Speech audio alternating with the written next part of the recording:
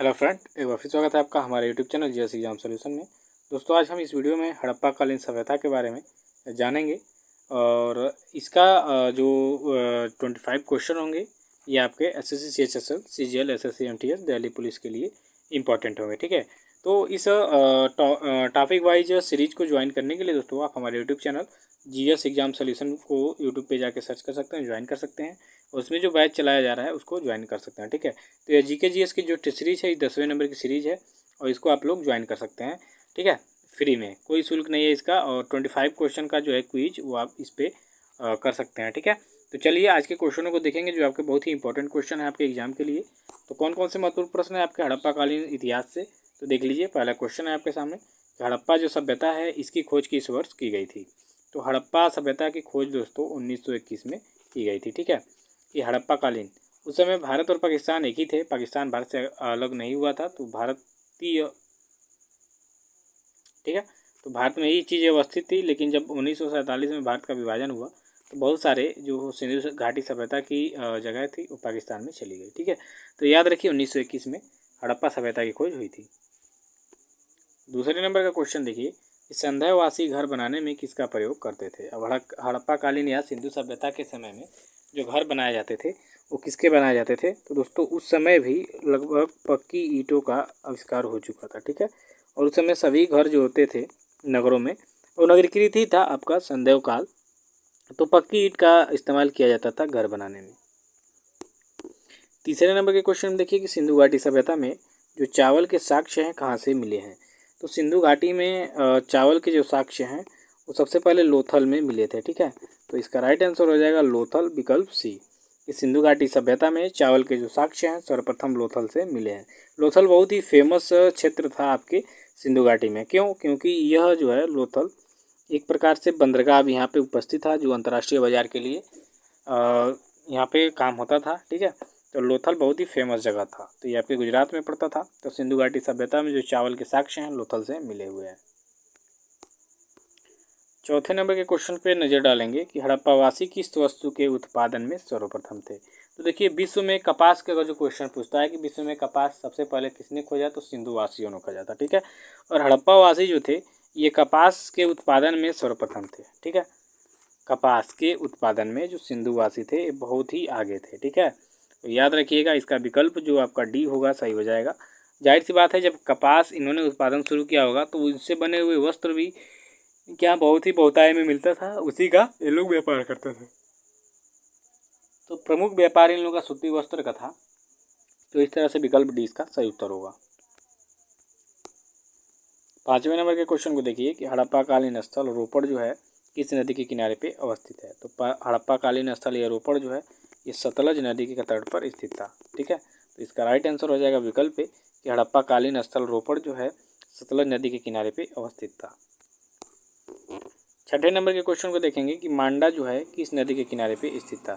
तो मांडा जो है चिनाब नदी के किनारे पे स्थित था। तो इसका सही उत्तर हो जाएगा विकल्प बी कि मांडा जो है आपका ये चिनाब नदी पे स्थित था। ठीक है, तो इसका विकल्प हो जाएगा आपका बी। चलिए नेक्स्ट क्वेश्चन देखेंगे 7 नंबर का, हड़प्पा कालीन स्थल जो लोथल है किस नदी के किनारे पर स्थित था। ठीक है,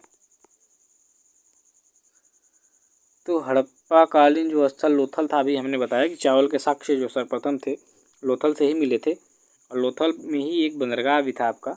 ठीक है, तो हड़प्पा कालीन स्थल जो लोथल है ये आपके भोगवा नदी के किनारे पे स्थित था। ठीक, विकल्प सी इसका राइट आंसर हो जाएगा। ये हड़प्पा कालीन स्थल जो लोथल है ये आपके भोगवा नदी के तट पर स्थित था। तो विकल्प इसका सी जो है राइट आंसर हो जाएगा।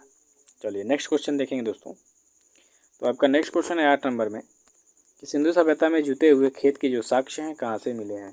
तो सिंधु सभ्यता में जूते हुए खेत के जो साक्ष्य हैं वो कालीबंगा से मिले हैं आपका। ठीक है, तो इसका राइट आंसर हो जाएगा कालीबंगा कि जूते हुए जो खेत हैं वो कालीबंगा से मिले हुए हैं। तो इसका विकल्प जो डी होगा इसका राइट आंसर हो जाएगा कि सिंधु सभ्यता में जूते हुए खेत के साक्ष्य जो हैं कालीबंगा से मिले हुए हैं। 9वें नंबर का क्वेश्चन है कि सिंधुवासी जो थे किससे परिचित नहीं थे। तो सिंधुवासी, और जो बात करेंगे सिंधु सभ्यता में लोग किससे परिचित नहीं थे, तो आपके लोहा से परिचित नहीं थे। बाकी और सब तत्वों से तो ये लोग परिचित थे लेकिन लोहा से परिचित नहीं थे। और ये जो सिंधु सभ्यता थी ये कांस्य युगीन सभ्यता थी, ठीक है, यानी कांसे का यहाँ पे ज़्यादा प्रयोग होता था और कांसे से जो सिंधुवासी थे बहुत भली भांति परिचित थे।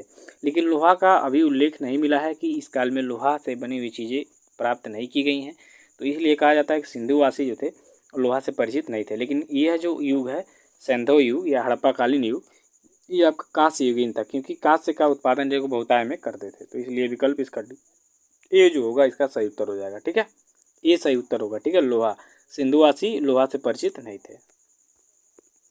10वें नंबर के क्वेश्चन में कि सिंधुवासियों का जो प्रमुख उद्योग है कौन सा था। तो दोस्तों अभी मैंने बताया कि जो सिंधुवासी थे ये आपके कपास के उत्पादन में अग्रणीय थे, ठीक है। तो इसी तरह इनका जो प्रमुख उद्योग था वह उस वस्त्र उद्योग था, ठीक है। उस वस्त्र उद्योग, इसका क्या हो जाएगा, राइट आंसर हो जाएगा विकल्प बी। सिंधुवासी जो थे वस्त्र उद्योग के लिए इनका जो प्रमुख उद्योग था वो आपका वस्त्र उद्योग ये था।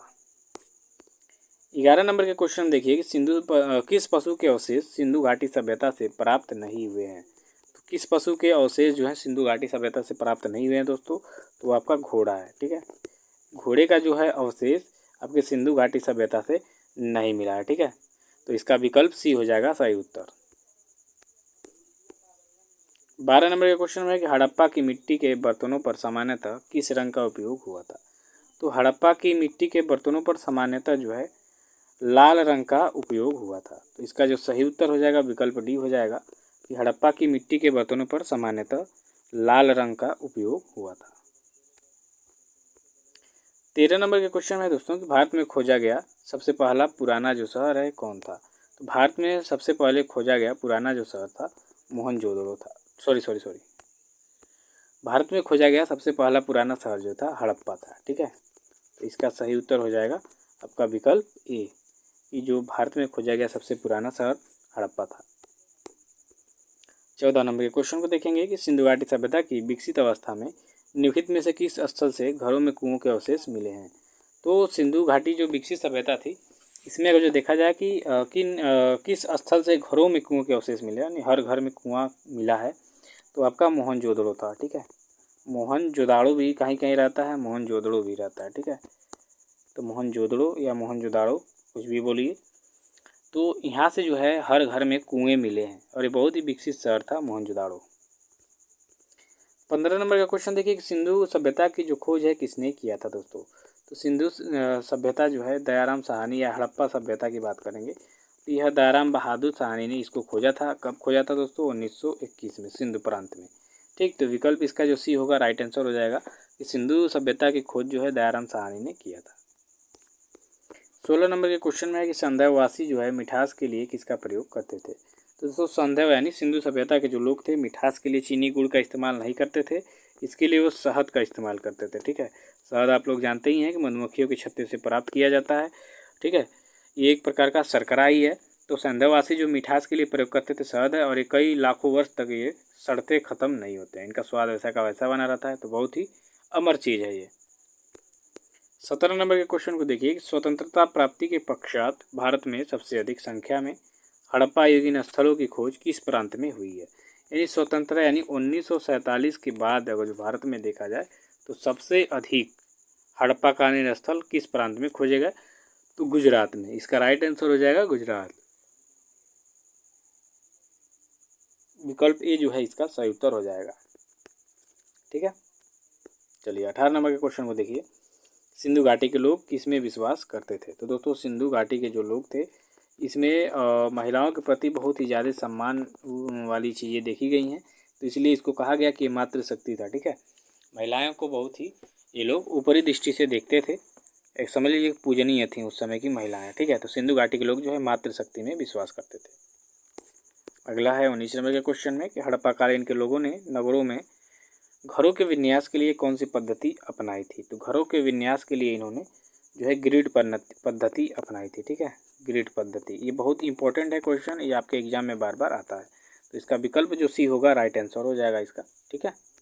चलिए 20 नंबर के क्वेश्चन को देखिए कि मोहनजोदड़ो से प्राप्त पशुपति शिव या आद्य शिव मोहर में किन किन जानवरों का अंकन हुआ है।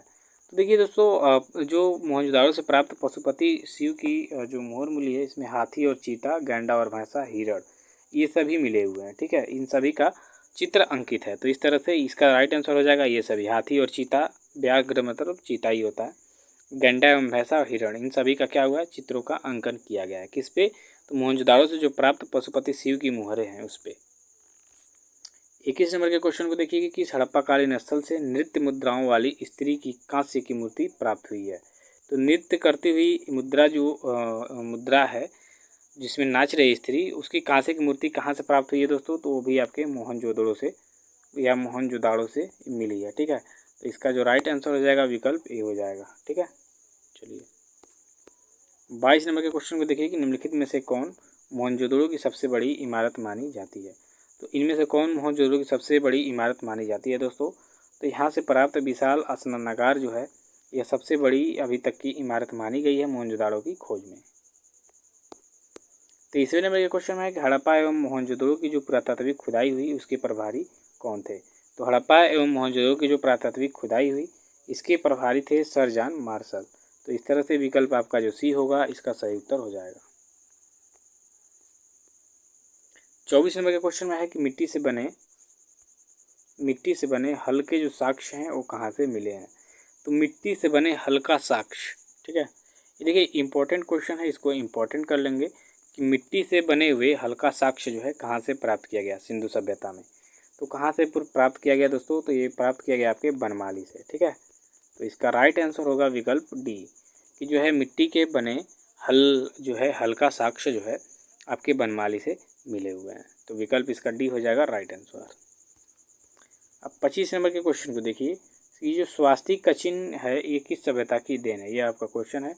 तो आपने देखा होगा स्वास्तिक ऐसे, ठीक है, ऐसे बना हुआ ये जो चिन्ह है ये स्वास्तिक का चिन्ह है। ठीक है, और इस स्वास्तिक चिन्ह का जो देन है ये किस सभ्यता की देन है, तो ये आपको वही सिंधु या हड़प्पा सभ्यता की देन है।